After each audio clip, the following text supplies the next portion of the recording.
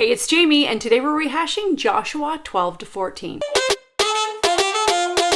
Yesterday's chapters ended in peace with Joshua 11:23 saying, "Then the land had rest from war." So this means that Joshua went on this crazy overtaking spree that the Lord had commanded him to overtake. He was erasing the godless people from his vicinity, basically.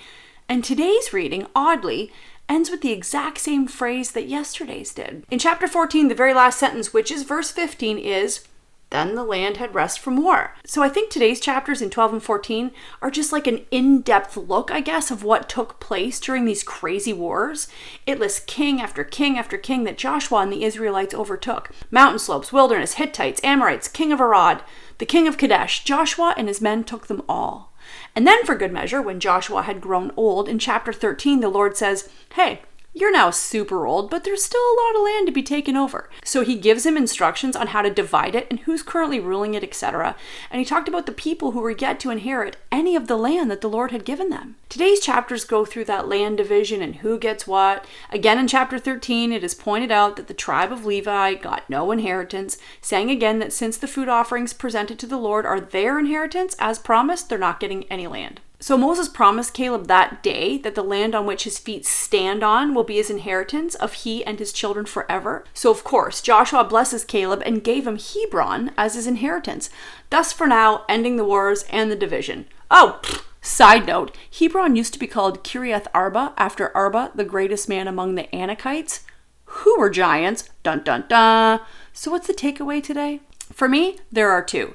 One being to always trust in the Lord. If you could see the list of kings and the list of land that the Israelites took over and they shouldn't have, as a neighboring community, you would have been terrified too. It's a wild list.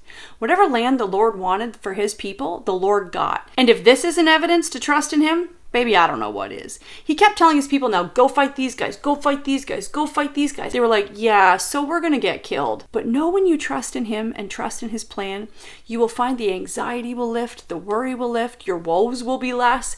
It won't fix the situation or make it go away. But what it will do is fix you in a way, lift it from you, take away the burden of it, make it less heavy. So trusting in the Lord, especially for these guys at constant war, is key. My second takeaway is following commands. Joshua followed the Lord's command to a T, and he won time and time again. Then he further followed the Lord's command and kept the land from the Levites because they get all the offerings, fair and kind. Then he further followed the Lord's command and made good on Moses' words to Caleb, Hebron. So being a person that stands on your word is a very Christian and very godly thing to do. If you are known for being a man or a woman of your word, that's a great characteristic, and it's also an easy one to obtain. Don't say it if you're not going to do it. That's the takeaways for me today. Trust in God, and don't say it if you're not going to do it. Tell me what you learned if it's different. This one was a stumper a bit for me with all this war stuff. Tomorrow we're diving into Joshua 15 to 17 if you want to read it ahead. Again, I hope you have a blessed and a fearless day. Please comment and don't forget to say your prayers. This is the Bible in a Year theme song.